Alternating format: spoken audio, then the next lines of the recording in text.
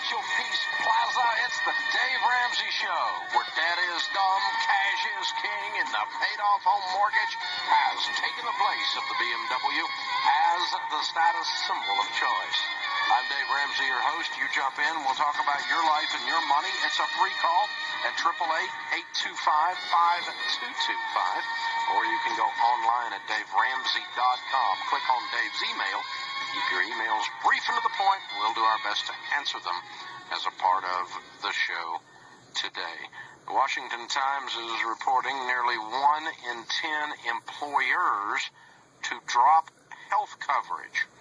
About 1 in 10 employers plan to drop health coverage when key provisions of the new health care law kick in less than 2 years from now, according to a survey released Tuesday by the consulting company Deloitte. 9% of companies said they expect to stop offering coverage to their workers in the next 1 to 3 years, the Wall Street Journal reported. Around 81% said they would continue providing benefits, and 10% said they weren't sure. The companies, though, said a lot will depend on how future provisions of the law unfold, since most of the key parts are scheduled to take effect in 2014. 1 in 3 respondents said they could stop offering coverage if the law requires them to provide more generous benefits than they do now. If a tax on high-cost plans takes effect in 2018 as scheduled, or if they decide it would be cheaper for them to pay the penalty for not providing insurance. While small businesses don't face fines for failing to offer coverage, companies with 50 or more full-time employees face a penalty starting at $2,000 per worker. So, if you have 63 team members, employees, you will either pay $2,000 per worker, $120,000 a year, or you will provide health insurance where you weren't providing it before, which will cost a whole lot more than $120,000 a year.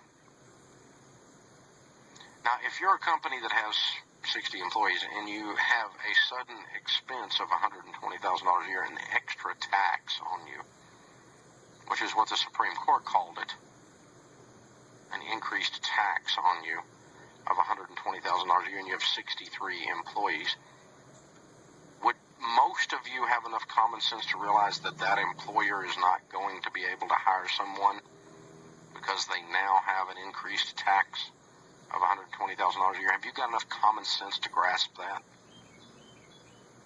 By the way, did you know that 63% of Americans work for small business? Companies that have 500 or less employees. Most Americans work for companies that have 500 or less employees. Most Americans work for companies that have 500 or less employees. If you want to create jobs, then let the people who create jobs. Because the government does not create jobs. Small business does. And if you tax small business an extra $120,000 a year for 63 employees, or increase their cost by more than that, because they pick up health insurance premiums they weren't picking up before, you lower their mathematical ability to hire people. Now, this is not a Democrat discussion, and this is not a Romney-Obama discussion. This is 6th grade math that some people in America aren't smart enough to grasp. That business that is the most likely to do the hiring to bring the economy back and get things moving again and pull us through this recession has now had a tax increase of at least $120,000 a year. Which, if you hire two $60,000 people, that's 2 jobs. If you hire 3 $40,000 people, that's 3 jobs. And where did that money go? Oh, it went to the government. And what did they do with it? We're all still trying to figure that out. Where did it go?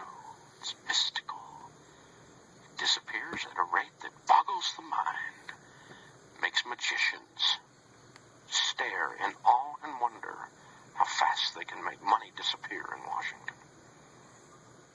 David Copperfield is insanely jealous.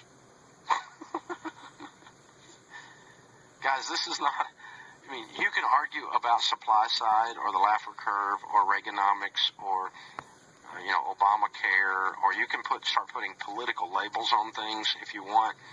But some of you need to have an original thought and pull your head out of your politics long enough to actually think about things. And then, as you learn to do critical thought, you will not find a single candidate that you agree with all the time. And you will not find a single party that you agree with all the time.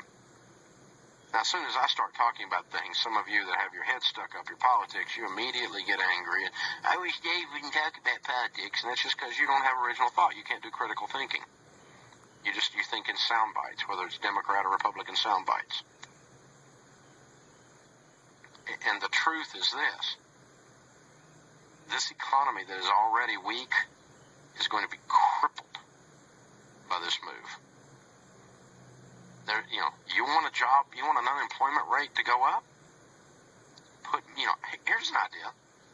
If a company has 63 team members, if they were to lay off 13 of them, they get below the threshold. Whoa. Wonder if that might happen. Listen, I'm a small business guy.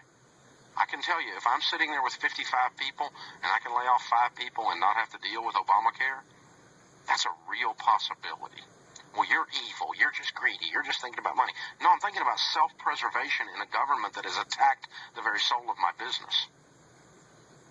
I'm trying to stay open while government is trying to shut me down by taking all the money that I earned. That's what I'm doing when I'm doing that. And so, this is how business people think. You can like it or not like it. You can call them evil if you want, but they're the ones that feed you and give you jobs. And it's not government that feeds you, and it's not government that gives you jobs. So you better be careful about who you're calling evil. You better stop and think. About 1 in 10 employers plan to drop health coverage when key provisions enter the new healthcare law kick in, and are willing to pay the penalties to do it. Translation, a tax increase on small business who are the job creators. How backward and stupid is this economics? Wow. Unbelievable. This is the Dave Ramsey Show.